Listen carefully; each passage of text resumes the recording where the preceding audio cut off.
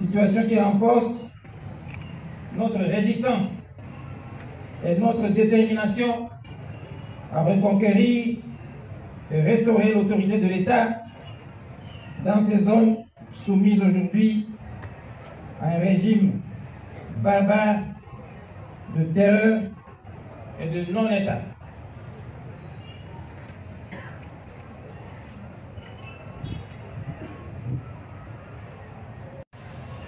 Chef de l'État et commandant suprême des forces armées de la police nationale congolaise, qui m'a fait un double honneur en m'élevant au grade de général-major et en me confiant les fonctions de gouverneur de province, respectivement par les ordonnances numéro 25, bar 148 et numéro 25, bar 149, toutes du 28 janvier 2025, une confiance de mission pour bouter l'ennemi dehors et restaurer l'autorité de l'État sur toute l'étendue de la province.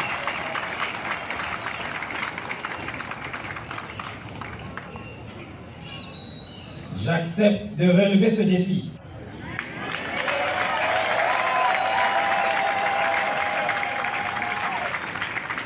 Ensemble avec ma population et avec la détermination des vaillants combattants des FARDC et des patriotes Wazalendo,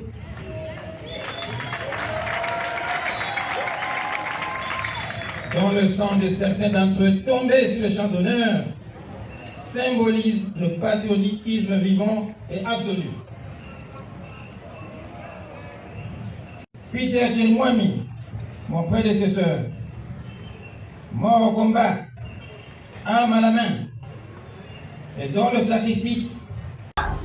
On m'appelle le général-major Sylvain Ekenge Moussaïfomi, je suis commandant du service de communication et d'information et puis porte-parole des forces armées.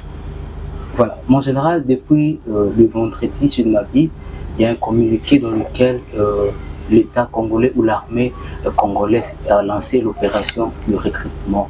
Pourrions-nous savoir un peu d'une manière détaillée concernant ces communiqués? Bon, le recrutement n'a pas été lancé seulement vendredi, c'est depuis longtemps que le recrutement a commencé, mais nous avons lancé ce message pour renforcer ce que l'autorité veut. Nous sommes en train de procéder au recrutement de 60 000 hommes. Et ce recrutement ne se fera pas d'un coup, ça se fera palier par palier, on va aller étape par étape. Vous vous souviendrez qu'il y a 2 ans, c'était pratiquement, oui, nous avons totalisé 2 ans, on avait recruté 40 000 hommes qu'on a formés et qui travaillent aujourd'hui, il y en a qui sont en train de parfaire leur formation et nous voulons recruter 60 000 hommes. Pourquoi recruter 60 000 hommes? Nous sommes un pays continent, nous avons autant de provinces, 26 provinces, il y a de ces provinces qui ne sont pas couvertes par l'armée. Il y a de ces provinces où il y a des endroits qui sont vides, nos frontières sont poreuses, et il faudrait les couvrir par la présence des militaires. Et nous voulons que l'armée s'occupe de la sécurisation de l'ensemble du pays. Il faut créer de nouvelles unités, renouveler les unités, puisqu'il y a dans certaines unités les soldats qui ont pris de l'âge. Il faut amener un nouveau souffle, des nouveaux militaires, et il faudrait également assurer la relève des unités. Il y a des unités qui sont engagées aux opérations depuis plus de 10 ans, qui ne sont pas relevées, et il faut créer d'autres unités pour procéder à leur relève. Donc, il y a beaucoup de zones grises dans notre pays. J'ai dit que nous sommes un pays continent. Il faut couvrir ces zones grises-là. Et il y a des endroits même où vous trouverez, par exemple dans mon territoire où il n'y a qu'un officier et 3 militaires, et dans d'autres territoires il n'y a même pas de la présence des militaires. Ce n'est pas normal.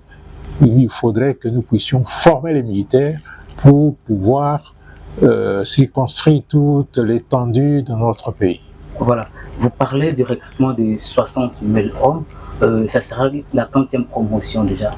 Alors ici, on ne parle pas de promotion. La loi portant organisation et fonctionnement des forces armées, la loi portant statut du militaire congolais dit que chaque année, on doit recruter. Chaque année, on doit recruter. Mais on a fait plus de 10 ans sans qu'il y ait de recrutement.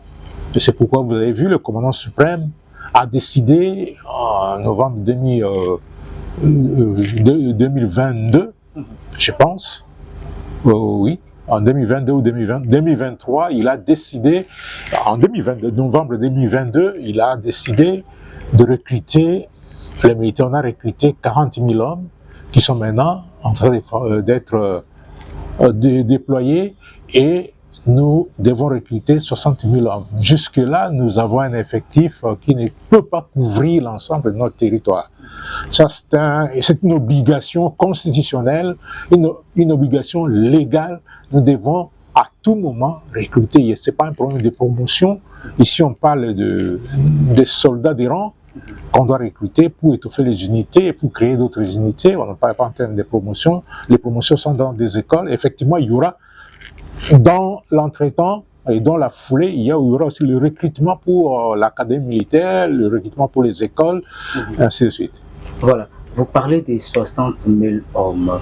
Qu'est-ce que, au-delà de la nationalité congolaise, qu'est-ce que l'État attend encore de ces nouvelles recrues?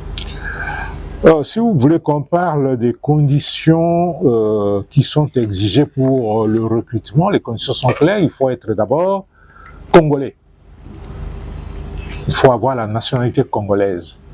Je voulais parler dans les termes politiques qui disent congolais de père et de mère. Non, la nationalité congolaise. Vous devez être congolais d'abord et être âgé, être jeune fille ou jeune garçon âgé de 18 ans révolu à 25 ans pour la troupe, pour être soldat et aussi pour aller à l'académie militaire aussi, et pour les cadres universitaires, avoir tout au plus 35 ans d'âge. Au-delà de 35 ans, on ne prend pas. L'autre condition, c'est que il faut avoir fait au moins, si vous voulez devenir soldat de carrière, il faut avoir fait au moins 4 ans secondaires, 4 ans d'études secondaires. Et en plus de cela, il faut être en possession de toutes ces facultés mentales, toutes ces facultés sanitaires. Il faut être en bonne santé mentale et il faut être physiquement apte, puisque dans l'armée, on ne recrute pas les inaptes.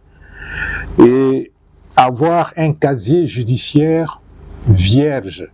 Nous, on ne recrute pas des Kuluna, on ne recrute pas des bandits, on recrute des gens, des valeureux fils de la République qui doivent venir la servir sous les drapeaux. Et enfin, il faut être célibataire et sans enfant. J'insiste là-dessus parce que nous ne recrutons pas des filles mères, nous ne recrutons pas des garçons qui sont déjà pères, nous recrutons des jeunes qui ne sont pas mariés, qui sont célibataires, et des jeunes qui n'ont pas d'enfants, que vous soyez jeune fille ou jeune garçon. Donc ça, c'est un devoir impérieux et vous devez, comme je l'ai dit, être en bonne santé. Nous allons revenir peut-être là-dessus après. Et vous avez dit, vous ne prenez pas les filles mères, encore moins des hommes qui ont des enfants. Si par patriotisme, la majeure partie de vos répondants sont des filles ou des fils. Il n'y en aura pas que ceux-là. Si vous venez, vous êtes des filles mères, vous êtes un garçon père, on ne va pas vous accepter. Il y a d'autres, il y a beaucoup d'autres qui viennent, qui sont des jeunes. Nous avons besoin des jeunes qui n'ont pas, qui vont consacrer toute leur vie. Pourquoi nous disons cela? La loi dit ceci. Si vous entrez dans l'armée pour la première fois, vous terminez votre formation, vous devez servir la patrie pendant 7 ans, tout en étant célibataire sans enfant. Vous vous engagez pour 7 ans, vous avez signé un engagement pour servir la patrie vous consacrez toute votre vie pour le service de la patrie pendant 7 ans. Après 7 ans, si vous voulez renouveler le contrat, vous le faites. Si vous voulez quitter l'armée, vous partez. Et si vous voulez renouveler le contrat, c'est à partir de ce moment-là que vous pouvez vous marier et avoir des enfants. Et dans l'armée, le papa, la maman, les parents, c'est l'armée. Le papa, la maman, l'oncle, les parents du militaire, c'est l'armée. C'est l'État congolais à travers l'armée. Et c'est l'armée qui sort son argent pour que vous puissiez vous marier. Ce ne sont pas vos parents. C'est l'armée qui supporte tout cela. Alors, l'armée donne des conditions strictes. 7 ans sans mariage et sans enfants, vous consacrez tout ce que vous avez reçu de l'armée à son service. Puisque quand vous venez, on va vous former, vous n'allez pas payer le minerval, on va vous habiller, vous n'achèterez pas les habits, on va vous loger, on va vous soigner, on va vous faire manger. Tout ça, c'est l'armée qui supporte tout cela. Et vous devez consacrer 7 ans pour l'engagement que vous avez pris avec l'armée avant de vous engager à prendre une épouse ou à prendre un mari ou à avoir des enfants. Voilà, l'objectif est de couvrir les zones grises que vous avez dit, c'est de recruter 60 000 hommes. Vu les situations que traverse notre pays, alors si par patriotisme aujourd'hui, le nombre a dépassé les 60 000 hommes, qu'est-ce que vous prévoyez? Nous allons recruter 60 000 hommes, mais étape par étape. On ne va pas recruter 60 000 hommes au même moment. Les gens intelligents travaillent par objectif. Et notre objectif, c'est d'atteindre 60 000 hommes. Et nous allons le faire, on va définir les deadlines et on a déjà défini combien d'hommes on va recruter pour la première partie et on va aller centre d'instruction par centre d'instruction. Si nous commençons par Kitona par exemple, dès que Kitona est rempli, on va à Kamina. Dès que Kamina est rempli, on peut aller à Lokosa Kisangani. Dès que Lokosa est rempli, on peut aller à Kotakoli. Dès que Kotakoli est rempli, on peut aller à Moura. Dès que Moura est rempli, on peut aller à Luama et ainsi de suite. C'est comme ça que nous travaillons. L'armée, elle est bien organisée et elle s'est fixé l'objectif de 60 000 hommes. Et on va enregistrer plus que ça. Mais tous ne vont pas répondre aux conditions parce que parmi les conditions, il y a la sélection médicale. Et dans la sélection médicale, on ne recrute pas. Hein? On peut enregistrer, mais on peut enregistrer les candidats, mais on ne recrute pas les gens qui ont des maladies chroniques. Si vous avez la syphilis, vous avez la tuberculose, vous êtes hypertendu, vous avez le diabète, vous avez l'épilepsie, vous avez les maladies incurables comme le sida. On ne peut pas vous recruter dans l'armée parce que les exercices que vous allez subir risquent de déclencher la maladie et vous entraîner à mort. Et c'est ça une perte pour la nation. Donc, tous ceux qui ont... Il y a un service médical de l'armée qui va passer au peigne fin tous les candidats et ceux qui ne seront retenus que ceux qui rempliront les conditions sanitaires voulues. Et en plus de cela, après avoir rempli les conditions sanitaires, après avoir passé par la sélection médicale, vous passez au test d'aptitude physique générale. Puisque ce test permet d'identifier les jeunes qui sont physiquement aptes. Dans l'armée, on ne recrute pas les inaptes, on ne recrute que les personnes aptes, qui sont capables de supporter l'effort physique que fait subir l'armée. Donc, c'est pourquoi on limite aussi l'âge. Au-delà d'un certain âge, on ne sait plus subir cet effort physique-là. Voilà, l'État congolais a lancé l'opportunité, mais vous êtes la voie ou la porte par laquelle les vrais patriotes vont pouvoir accéder pour servir la nation. Par rapport aux différentes images qui circulent dans notre pays, où on voit les soldats congolais aujourd'hui maltraités, marginalisés, ces images-là ont découragé certains compatriotes qui, dorénavant, avaient cette volonté d'adhérer ou de rejoindre l'armée. Je voudrais d'abord, il y a des choses dans ce que vous dites. Nous, des médias, nous tombons, que ce soit nous des médias, que ce soit la population congolaise, nous sommes beaucoup plus naïfs. Vous oubliez que nous sommes en guerre, et la guerre, elle est beaucoup plus psychologique. C'est la guerre de l'information. Et la plupart des messages qui circulent sont envoyés par les Rwandais pour nous démoraliser, pour que l'opinion nationale soit démoralisée. Et nous, dans notre naïveté, nous les partageons, nous les diffusons. Ça, c'est de un. De deux, je dirais avec force, et je vais m'adresser à tous les jeunes, je vais les regarder dans les yeux, que si vous n'avez pas de vocation, ne venez pas dans l'armée. L'armée, c'est un domaine, c'est un apostolat. C'est l'apostolat qui doit vous animer pour que vous puissiez venir dans l'armée. Dans l'armée, on ne vient pas pour devenir riche. Dans l'armée, on ne vient pas pour être commerçant. Dans l'armée, on ne vient pas pour avoir je ne sais quoi. Si vous venez dans l'armée, c'est pour servir la nation et faire la guerre. Et mourir pour que le peuple congolais soit libre et indépendant, et mourir pour que l'intégrité territoriale de notre pays soit assurée. Donc on ne vient pas dans l'armée parce qu'on est chômeur, on ne vient pas dans l'armée parce qu'on veut avoir un travail, on veut résorber son chômage, on ne vient pas dans l'armée pour trouver de l'argent. Si vous venez dans ce sens-là, vous serez d'abord arrêté, puisque l'armée est organisée, et vous risquez de perdre votre carrière, votre temps pour rien.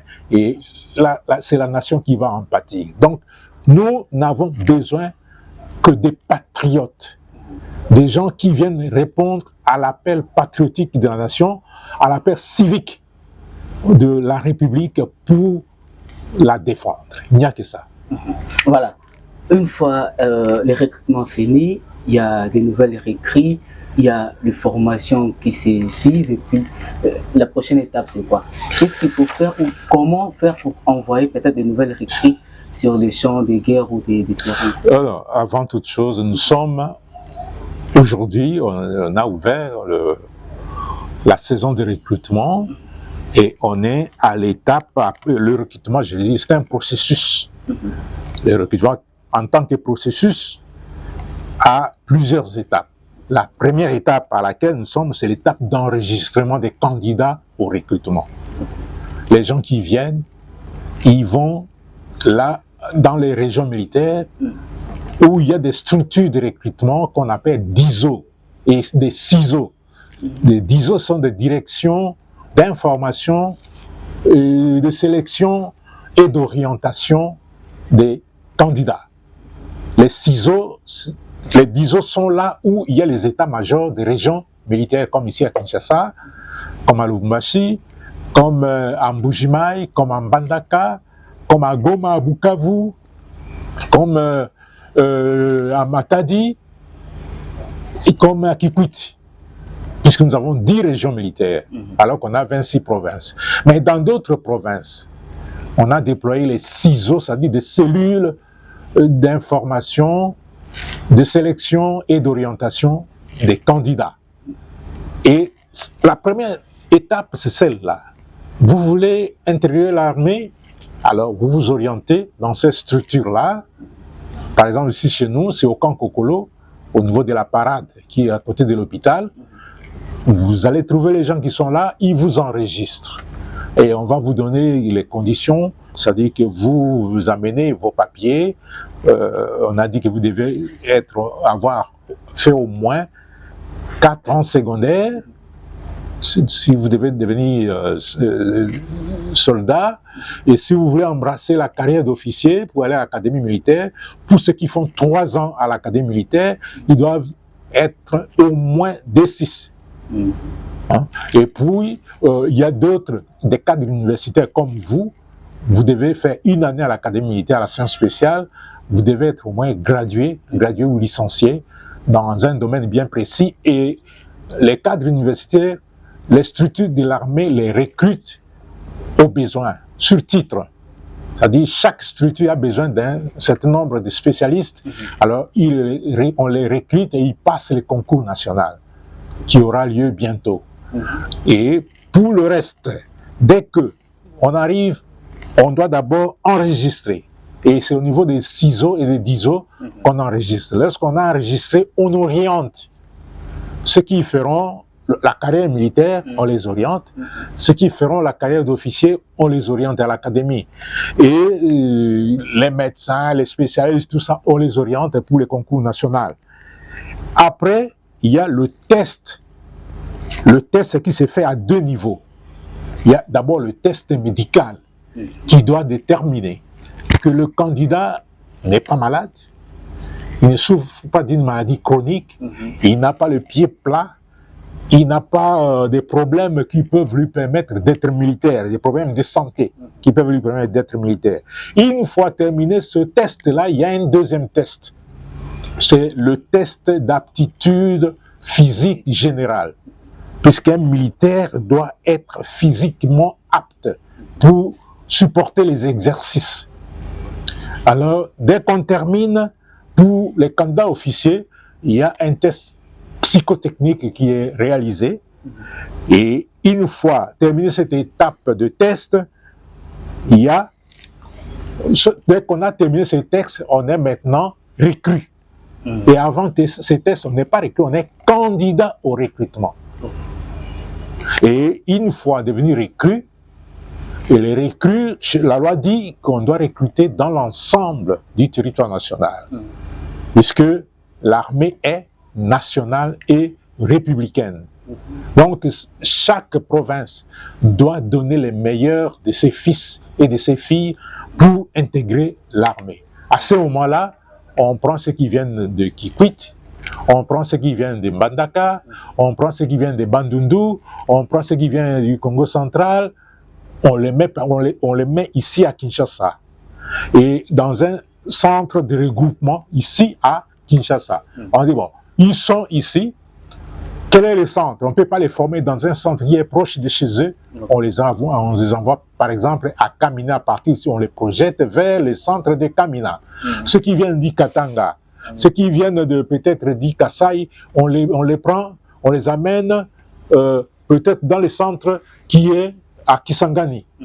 Et ceux qui sont de ce côté-là, toute la province ex-orientale, le Kivu, on les amène, on les regroupe quelque part, peut-être à Kisangani ou à Goma, on les prend, on les amène ici à Kinshasa et on les achemine à Kitona, et ainsi de suite. Ça sont là où on les regroupe, ça s'appelle les centres de regroupement. Et puis, une fois dans les centres, ils vont suivre la formation des bases, et il y a d'autres formations spécifiques. Et pendant la formation, il y a 3 étapes. Il y a la formation, et on doit équiper, il y a l'équipement. Et après la formation et l'équipement, dès qu'on a terminé la formation, on s'entraîne avec les équipements, et puis on doit aller dans un centre d'entraînement pour renforcer ses capacités. Donc il y a la formation, l'équipement et l'entraînement qui marchent de pair. Voilà. Vous avez dit l'armée ne recrute pas un soldat ou un candidat inapte.